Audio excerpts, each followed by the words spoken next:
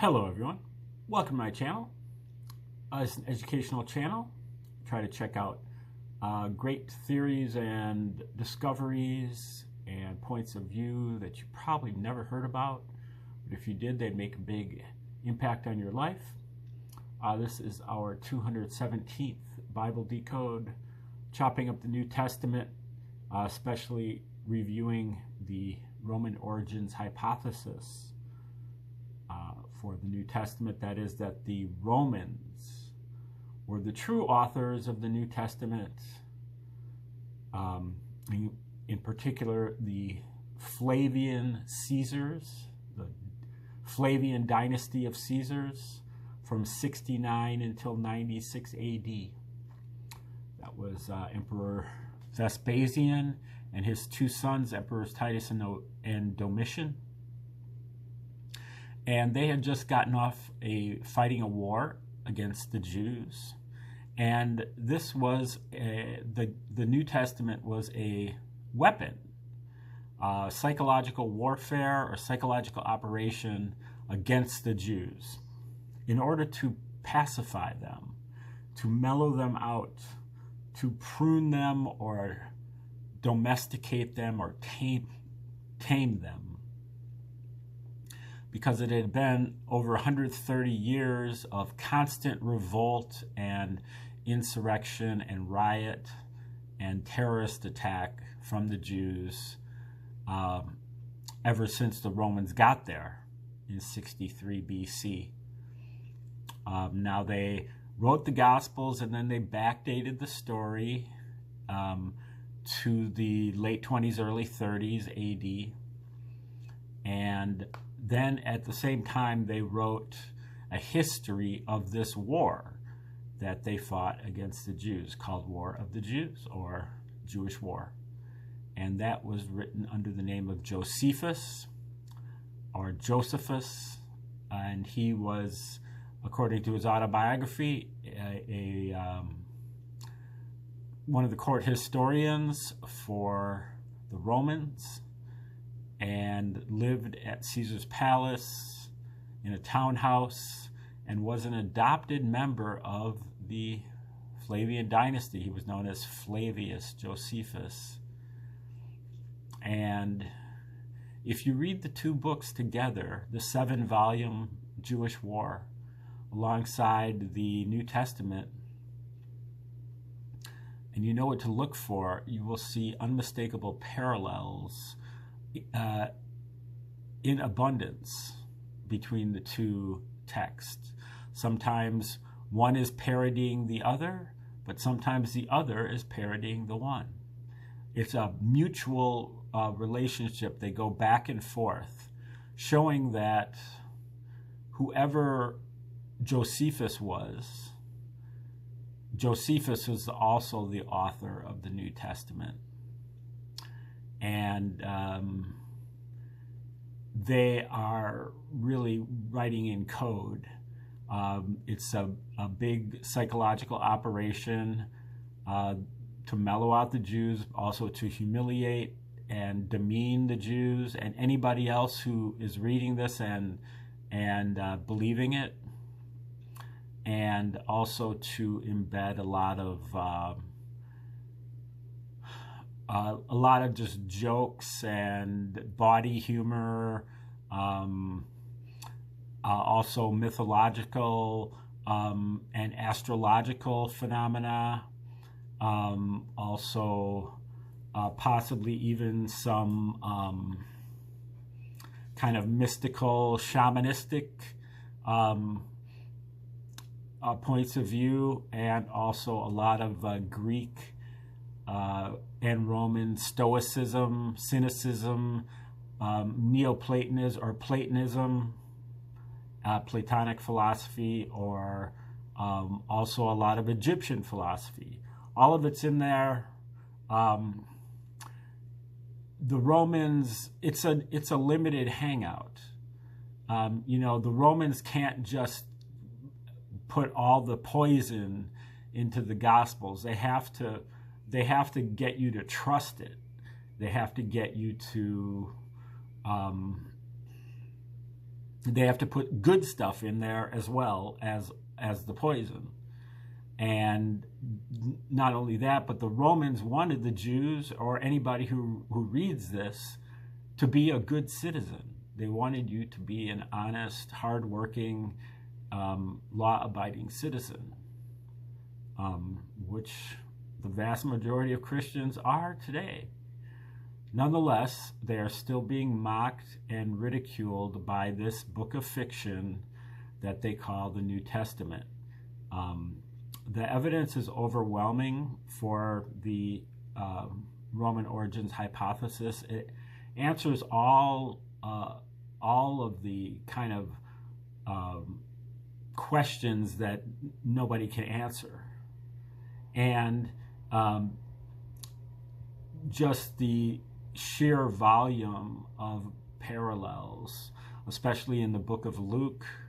Michael Menescot's, in his book Christianity's Origins, found a stunning 250 parallels just in the book of Luke, which is only 1,151 verses, meaning that there's a parallel more than one parallel every 5 verses. And some of the parallels go on for several verses, and some of the parallels are incredibly detailed and intricate. Maybe having up to 10 or 12 separate motifs that are all in common in a passage that you can compare with a passage that's in Josephus. So, that's what they're doing, trying to mellow out the Jews. They knew the Jews were waiting for a Messiah, a military commander who was going to help them throw off the Romans. And so instead, the Romans proposed a Jewish Messiah who was a Prince of Peace and believed in rendering unto Caesar what is Caesar's, turning the other cheek to oppression, and walking the extra mile with the Roman soldiers' pack, along with recognizing that, as Paul did in Romans, that the Romans are appointed by God and you have to obey them. And Menescot's also graphed all 250 of those parallels onto a chart using the book of Luke on the vertical axis and War of the Jews on the horizontal axis. They form 5 near-perfect letters in Latin, the language of the Roman Caesars. The Roman Caesars actually signed their name to the book of Luke, their names to the book of Luke. Also, the 3-year ministry of Jesus in the New Testament is nothing but a mirror of the 3-year military campaign of Titus, General Titus, the Roman general who became emperor in Judea. Every place that Titus goes, Jesus also goes, in the same order. And we're talking about 40 separate events. Every place they go, they encounter a parallel circumstance or situation or episode. And they are spaced out by 40 years. Also, many of the prophecies that Jesus makes in the New Testament are fulfilled in the pages of the War of the Jews. And many of those prophecies are fulfilled by Titus, especially the destruction of the Temple of Jerusalem, which is, according to Jesus, supposed to point to his second coming. Meaning that Titus is written into the little joke code psyop here that they have. Titus is written into the story as the second coming of Jesus. That would be what you would call grafting. They used a lot of botany terms in what they were doing, especially domesticating or pruning, but they're grafting themselves onto the Jewish tradition. The culmination of the Jewish tradition, all the blood relatives going all the way from Adam to Seth to all the way to Noah and Abraham and Moses and David, all the way down to Jesus and then to Titus. So that kind of shows you the kind of mindset that the Romans were in. Unfortunately, nobody has discovered this, or very few people have discovered this over the last 2,000 years, and the joke is still current. And the joke is on you if you believe in this, because it is fiction. It did not happen. Now, there may have been a character like Jesus that they are patterning off of. It's quite possible it might have been King Izas of Edessa in Syria, who was part of the Roman Jewish War and was crucified and survived the crucifixion. So Jesus was a king of the Jews, King Izas. Anyway, we're taking that lens of the Roman origins hypothesis and applying it to some other texts that may or may not, that I think would really benefit from having a Roman origins hypothesis consciousness. And we're looking at a book that's called Operation Messiah. It is by Rosemary Sheldon and Thais Voskuilen, and it is about their hypothesis is basically they recognize the very pro-Roman nature of the New Testament, and that Jesus never does anything. They don't recognize that Jesus never does anything but be deferential to Rome, where he takes out his aggression against the Jews. But they do recognize that Paul is even more pro-Roman than Jesus is, and that Paul is even more anti-Jew than Jesus is. And so their hypothesis is that Paul is a secret agent of the Romans, an intelligence agent of the Romans, to probably gather information, intelligence about the goings-on of the Nazarene group that James and Peter belong to, but possibly to infiltrate the group and destroy it from within, or maybe some other things. Now, I think if they would have had the more holistic approach of just recognizing that the Romans wrote the whole thing and the whole thing is fiction, instead of just Paul's life is a fiction, they would have had better results. But this shows,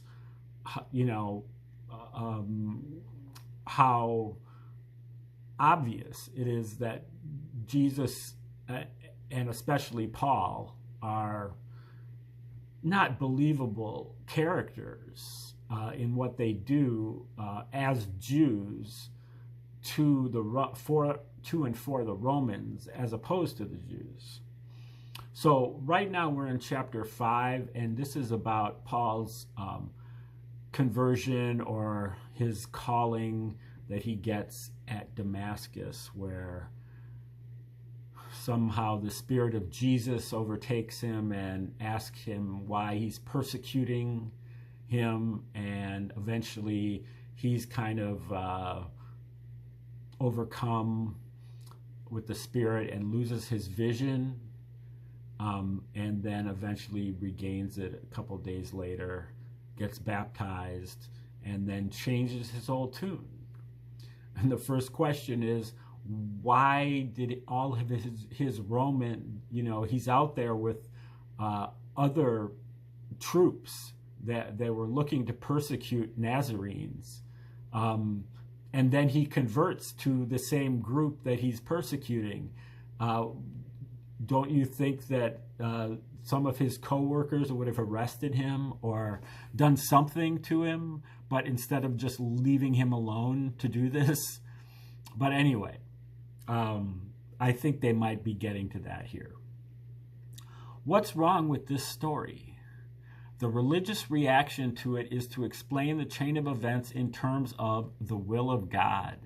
But since supernatural actions cannot serve as a rational explanation for anything, we need an alternative means to explain the extremely bizarre behavior of Saul, and especially that of his fellow agents. Short of a hypnosis that renders all these trained agents tactically idiotic, the more logical explanation that comes to mind is that they may have been aiding Saul in being accepted by the Nazarenes as one of their own.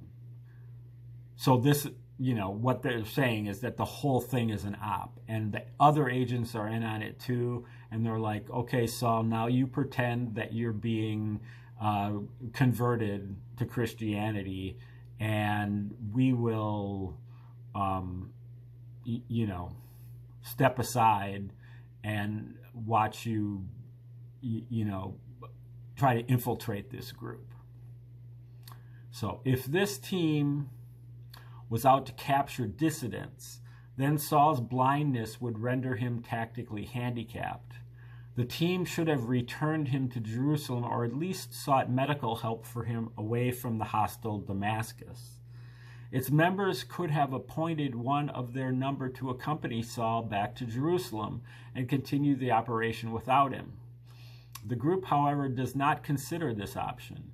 It does not even wait for a few hours or days to see how long Saul's blindness might last. What if the goal had been to enter Damascus with the story that Saul had been contacted by the Messiah? Surely this scenario would cause some true believers to come running to see if the report were true, which is exactly what Saul and his men wanted. The team, therefore, proceeds to Damascus immediately to an unknown house and waits there for the bait to be taken. Judging by the events that followed, members of the team knew the names of some of the Nazarenes present in Damascus. The religious explanation of how they were informed about Ananias's presence is that they were told by the voice of Jesus. But this is historically inadmissible. They were no doubt sent to Damascus with intelligence about which Nazarenes were hiding there, and their list of names probably included that of Ananias. Saul was taken to the house of a Nazarene named Judas, who had no particular medical training. An obvious alternative would still have been to go to a local doctor or anybody else before turning to the enemy for help, unless the objective was to get into the house of a dissident. It is possible that Ananias was not the only contact the team had in the city. If this Judas was a real enemy whom, according to Acts, the team had never met before, then he posed a security risk.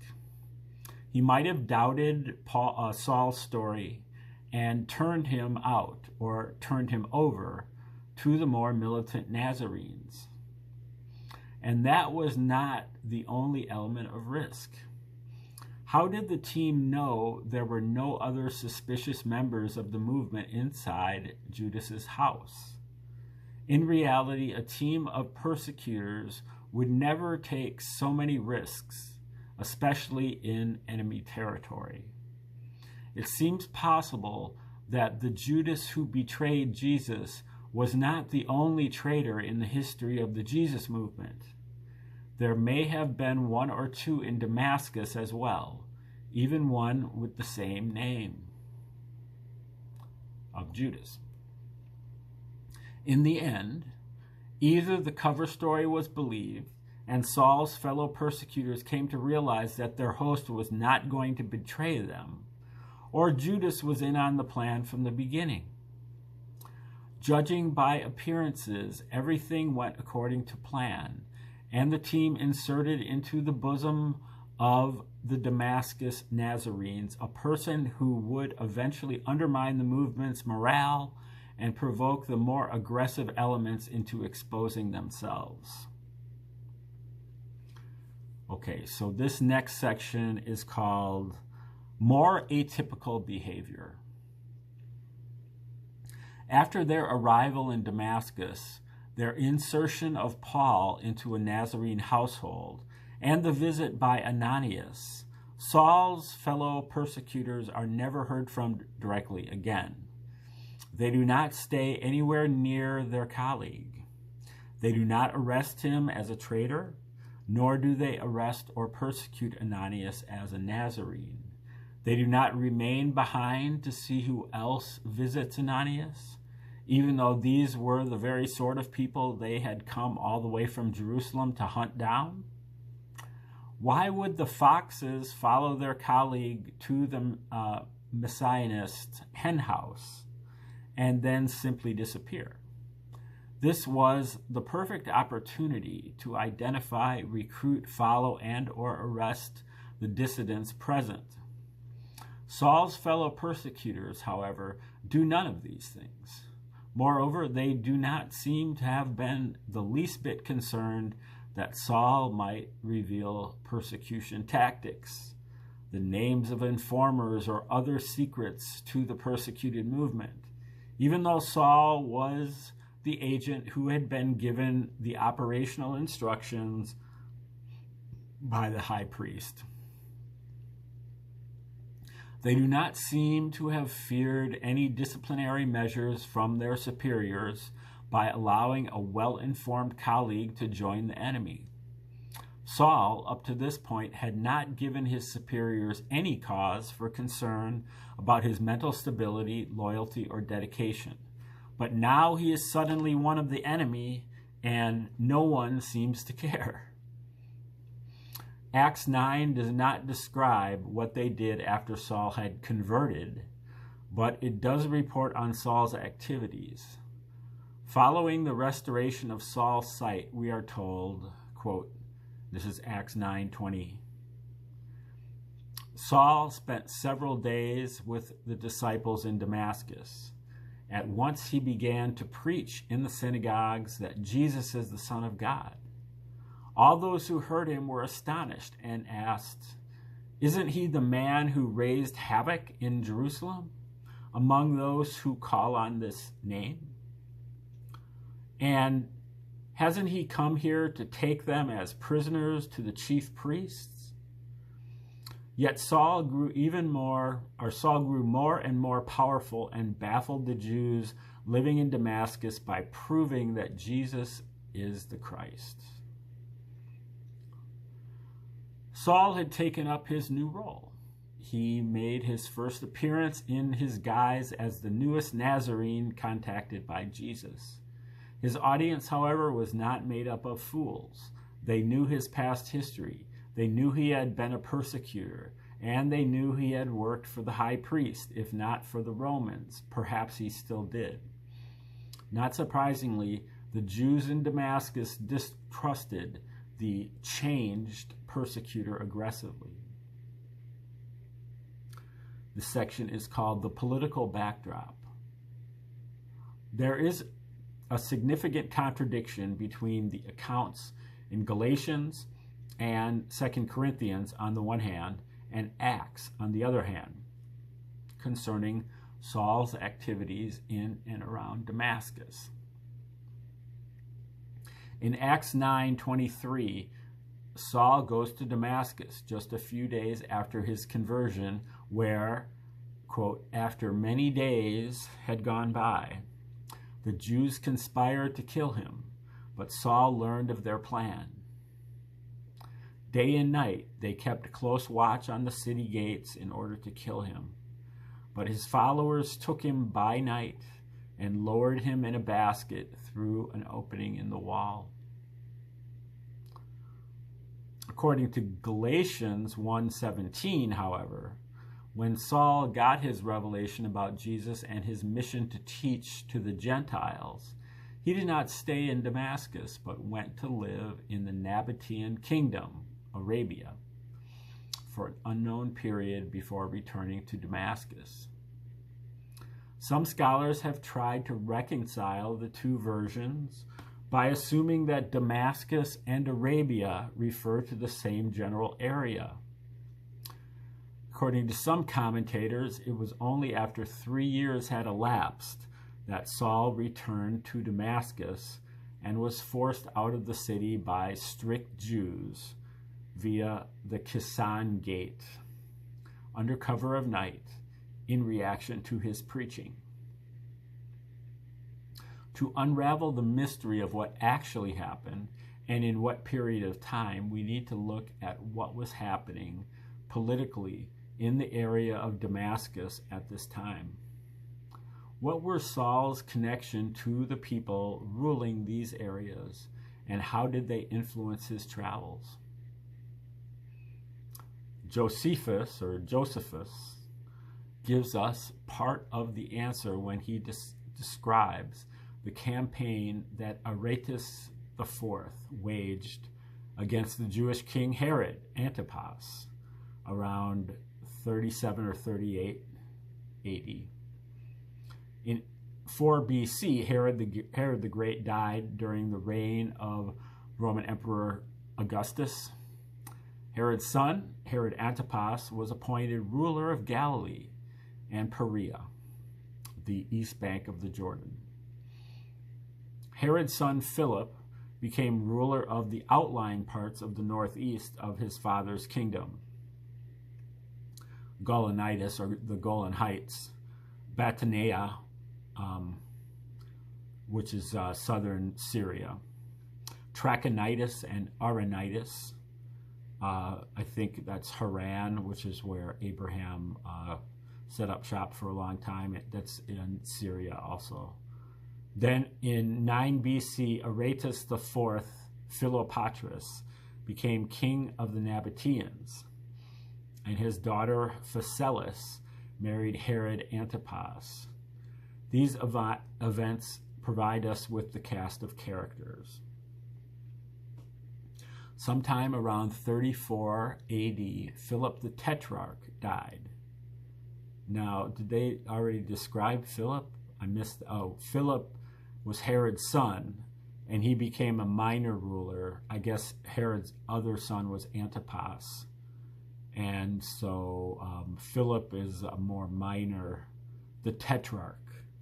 I think that means he rules a fourth of the area. He's 1/4 of a king.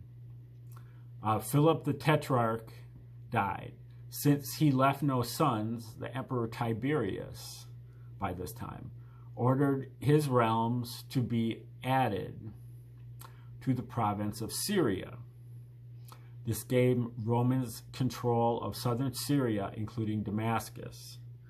In 36 AD, the Jewish ruler Herod Antipas divorced Phasaelis to take his brother's wife, Herodias. Phasaelis fled back to her father Aretas in Nabatea, who was enraged. Relations between Herod Antipas and Aretas were already strained over border disputes, and now his family had been shamed. It was around this time that Antipas had John the Baptist executed. John's preaching was not only a threat to the authority of the high priest in Jerusalem, but it was a political threat to the stability of Antipas's reign, since John was preaching that marriage to a brother's wife was unlawful. The last thing Antipas needed was a holy man preaching in Perea, only 20 kilometers from the Nabatean border, undermining his position. It did not take much provocation for Aretas to avenge his daughter by invading Perea. He defeated Herod Antipas in 37 AD. Aretas may have decided to push still farther north.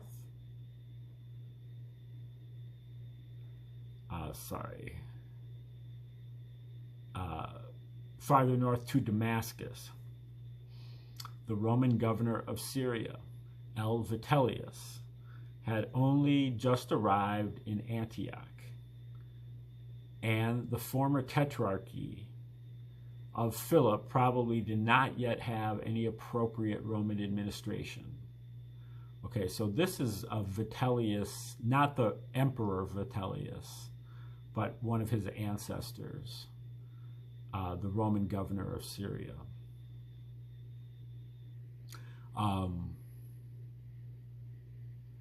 This left the opportunist Aretas with a relatively good chance of holding on to Damascus for a while, although it was risky to think that one could take territory belonging to the Romans. Not surprisingly, the Emperor Tiberius instructed Vitellius to launch an expedition against Aretas and the Nabateans. Aretas was saved when Tiberius died on March 16th, 37 AD, and L. Vitellius called off his campaign. Okay, yeah, I know all this Roman history is pretty complicated, especially when applied to Judea, and they had so many different jurisdictions and a lot of Herods, and the Herods are all inbreeding, and so it's very hard to keep track of who's marrying whom, brothers and sisters and cousins and other affairs, and Titus gets into it a little bit at a certain point. He marries Berenike, who is Herod Agrippa's sister, Agrippa II. Anyway, I think we will not read on. The next section is called Antipas Exiled, so we'll be kind of getting more into this background material of all of the Herods that Paul has to deal with in his lifetime. But I just want to point out, the upshot of this Roman origins hypothesis is very far-reaching.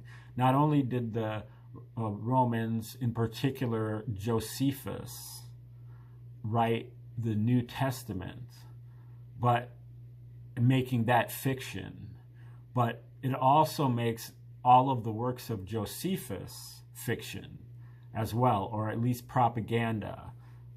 There might be some true stuff in there, but whenever he needs to lie or whenever he feels like it, he's going to. And so Josephus is really a backstop for history of the first century. All historians of ancient history lean on Josephus because he fills a huge gap that otherwise there's nothing there. And then,